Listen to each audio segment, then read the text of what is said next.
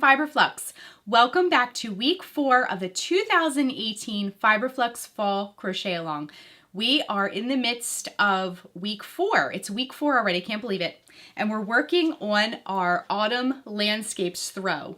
This is a really fun blanket, very easy, and it has a ton of texture, and it's a great way to kind of play around with colors.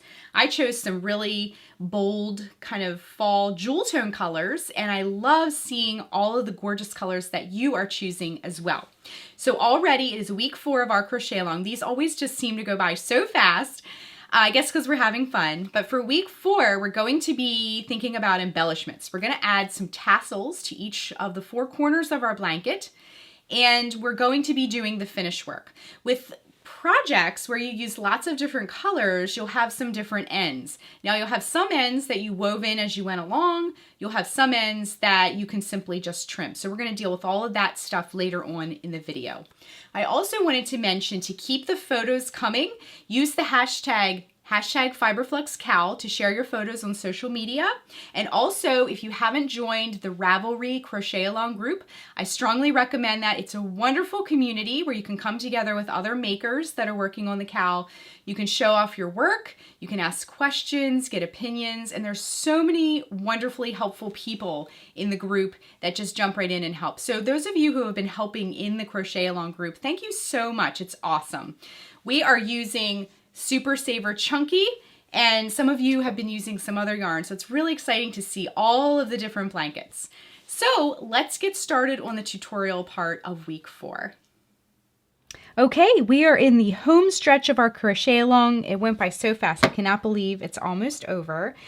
And what we're going to be doing today is weaving in the ends. Now, if you used as many colors and color changes as I did, you'll probably have lots of ends to deal with. We're also going to be putting on some embellishments. I'm going to be doing some tassels at all 4 corners.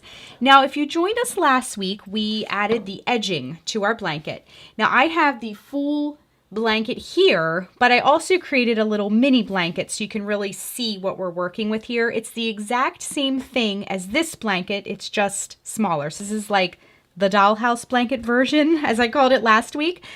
This is the full size finished piece, and I will show this in its entirety in the big reveal. So today we're not going to be crocheting, so you can put your crochet hook aside for now. And I grabbed one of the colors. This is the color that I was planning on using for the tassels, the dark orchid. And we've put the edging on our blanket as well. So let's begin by making the tassel, and then we're going to talk about the ends, okay? So what we're going to do is to make a tassel, if you've never made one before. Now, I will say there's lots of fancy tools to help you make a tassel, but I like to just make mine with my hands.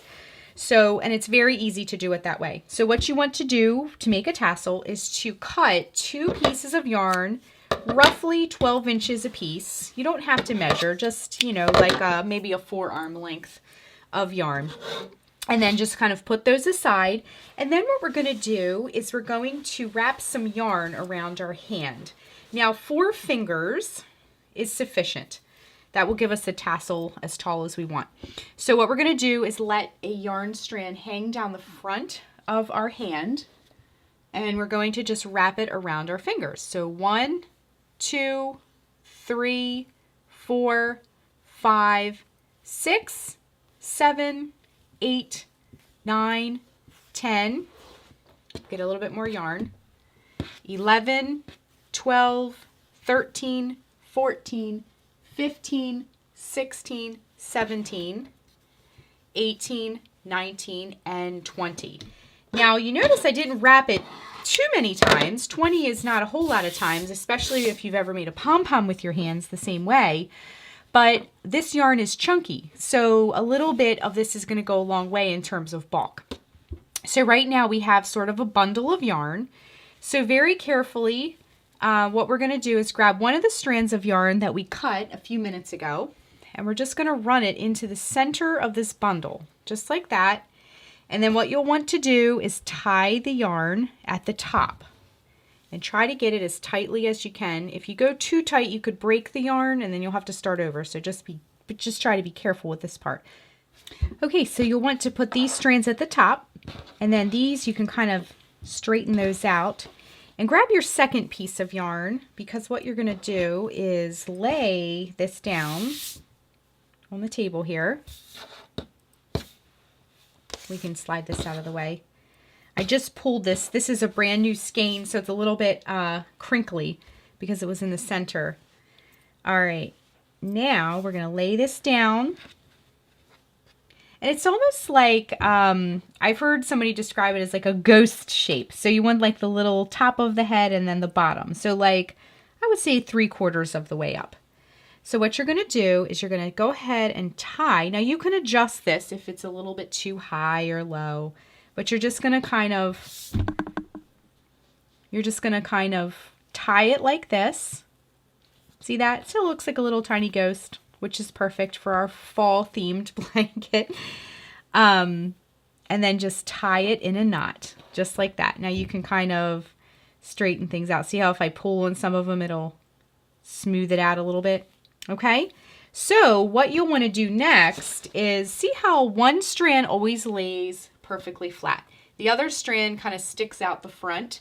So what I like to do is grab your tapestry needle and then just run it up underneath of that band so that that end is hidden, okay? So once you get all of that into place and your tassel looks how you want it to look, then what you'll want to do is grab your scissors, and whenever you're making tassels and pom-poms where you have to trim, you'll want to make sure your scissors are nice and sharp. And then you can just cut all of these loops along the bottom, just like that. Make sure there's no loops left. I see a few. You can kind of fluff them out a little bit. And there's one. There's one. Okay. Now, like I mentioned before, this is from the center of my ball of yarn. So it's a little bit, it almost has like a crimped look to it. Like I don't know if you remember, I might be dating myself here, but those 80s crimpers is how my yarn looks. So it's kind of folded up into the ball.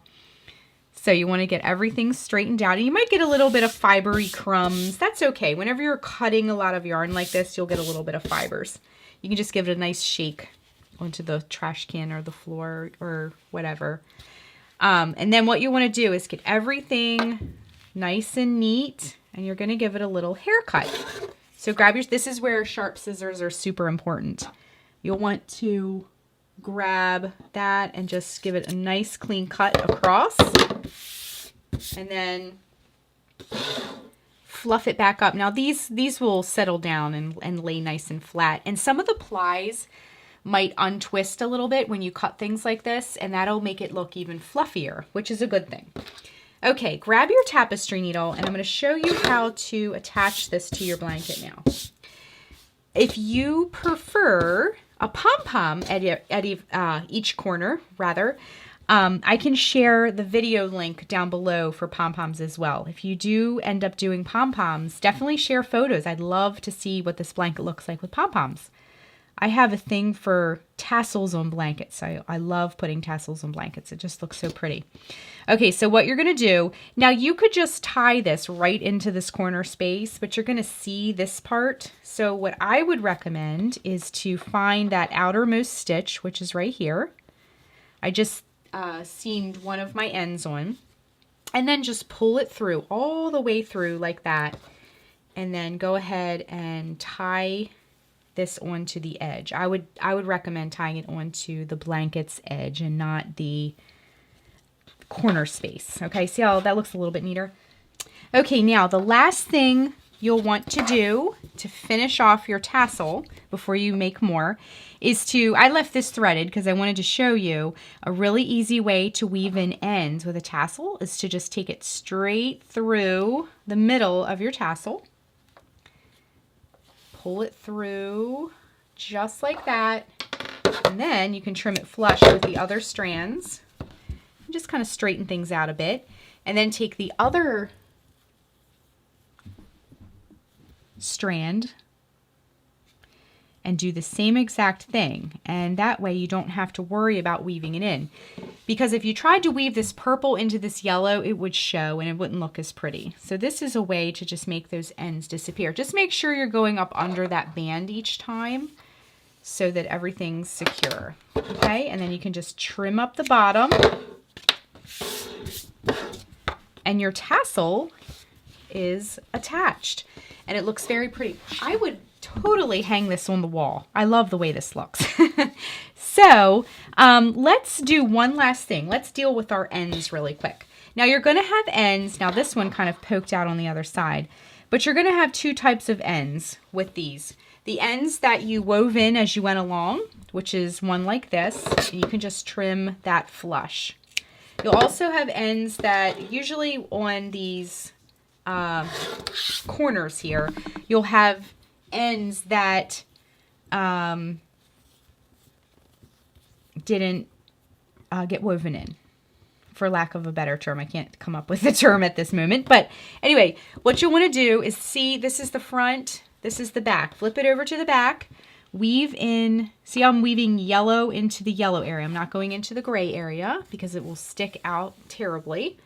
And then we're going to come back into the other direction here and go through the plies if you're able to. That will help lock some of that in nice and snug. And then you can just trim flush. Okay, so that is the tassel and the weaving in of the ends. I really hope you enjoyed this cowl. Thanks so much for crocheting with me. I'm so glad you were able to join us for this crochet along. Love seeing all the photos. And I will see you at our next cowl, the holiday cowl, which will be coming in December. I will share some clues as we get a little closer. And as always, happy crocheting. Bye, everyone.